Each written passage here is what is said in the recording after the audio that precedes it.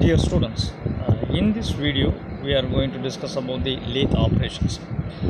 In the module 5 of Elements of Mechanical Engineering, we are seeing about the machine tool operations. In machine tool operation, lathe is the one of the machine tool.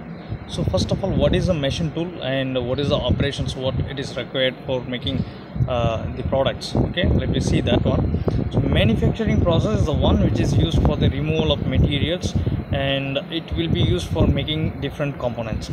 So lathe is one of the machine tool which is run by electrical powers, and it will be used for the removal of removal of material, and it will be used for the production of components. And lathe operations, here what we are going to see about this lathe operations are turning, taper turning, facing, thread cutting, knurling, drilling. Like these different operations are used for performing the production of the components. So the production of components, in the sense what we have already seen, is material removal. Okay, the raw material is being removed with the help of a cutting tool in a rotating workpiece, so that the operations what we can do is turning, taper turning, facing, threading and all. One by one, now we are going to see what is the taper turning operation, what is the turning operation, what is the facing and all. Okay, so first one, the machine tool implies the name of the machine tool is turning. We can call it as a turn tool also. Okay, turning machine. The turning machine or lathe machine, both are the one and the same. So turning, in the sense, we can make the cylindrical workpieces. Okay, we can do operations over the raw material, and we can make cylindrical workpieces. So here how it is going to be done, there is a one we are going to see. So turning is the operation of workpiece which is used for the diameter reduction. Okay, cylindrical piece, cross section of, suppose if you have a cylindrical workpiece, we can reduce it the diameter, we can reduce the diameter by working on it. So when the workpiece is held in the chuck and it is being rotated, and the cutting tool which is used for the removal of the material can be fed, first of all we have to give some perpendicular depth of cut, and that after that we can move the cutting tool parallel to the axis of the rotation. That's what it is needed for the entire length we can move it.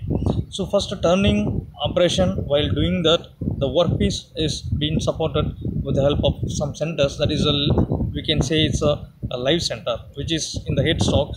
The workpiece is supported by using a jaw. It is held in between. It is held by the chuck, the jaw, and it is rotating. If the workpiece is very lengthier, then it can be supported with another center which is called the dead center, which is located in the there in the tailstock. Okay, so live center and dead center, in between these two centers, the workpiece is being supported, and it is can be rotated in the fast which is required.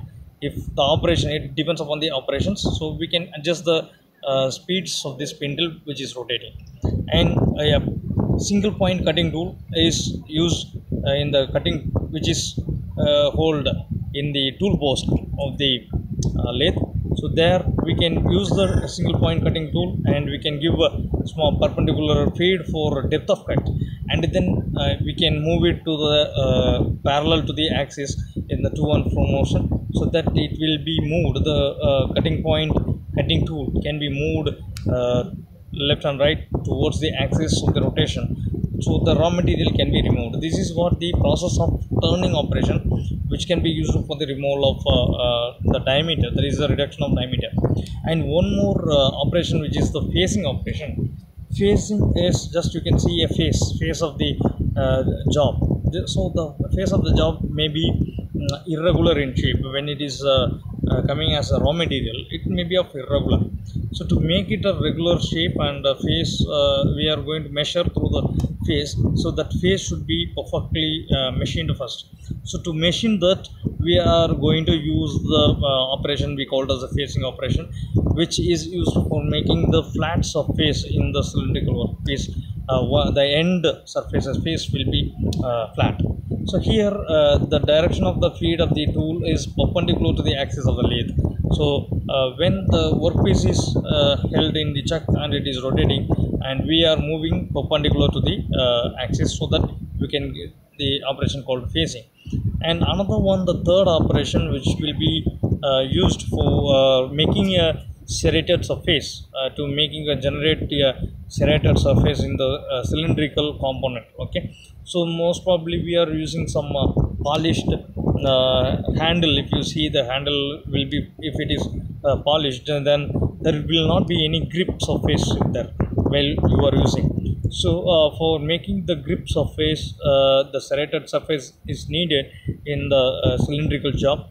So there we are going to use a knurling tool. So a knurling tool, you can see in the right side, it consists of a roller type tools. When these rollers are pressed over the rotating workpiece, okay, when we are pressing the rollers, the knurling tools over the rotating workpiece, the shape, what are the shapes in the roller been embossed in the jobs workpiece.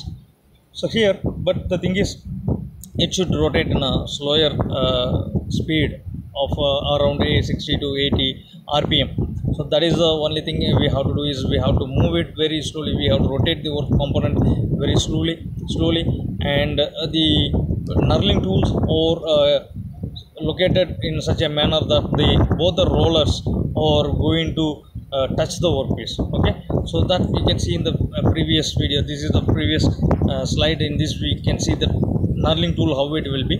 So both, there are two knurlings, or there 2 or 3 rollers, or there more number of rollers. So when we are going to press this knurling tool over the rotating workpiece, the two rollers should touch over the workpiece, so that it can create the impression over the jobs when it is rotating.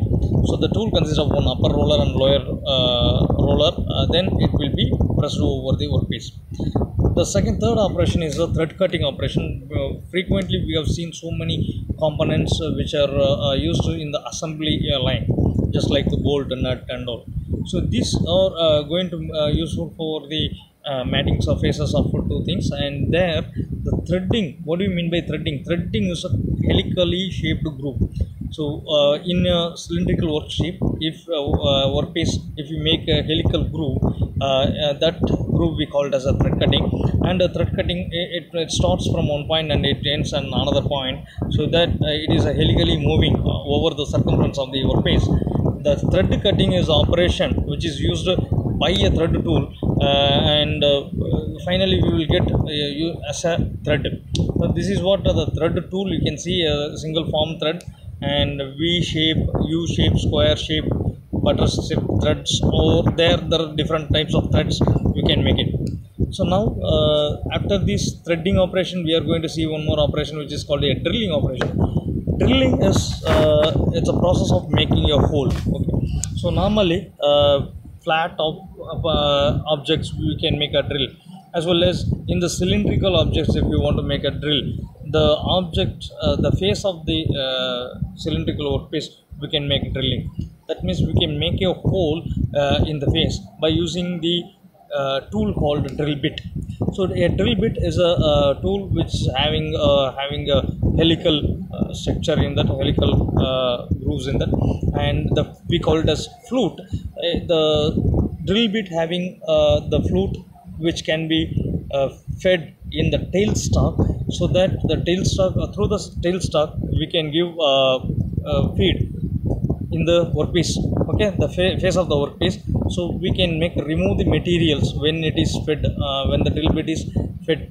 The workpiece which is held in the chuck and it is rotating. When the drill bit is used for the material removal, the drill bit, when it passes over the surface through the flutes, the materials are coming outside of the hole. That's what a hole can be made with the help of drill bit. So when the drill bit is pressed over the rotating workpiece, it will be do. And here the tool is held in the tailstock, but it is stationary. Only the workpiece is going to be rotated. So revolving workpiece and the rotating hand will help for the making of the holes.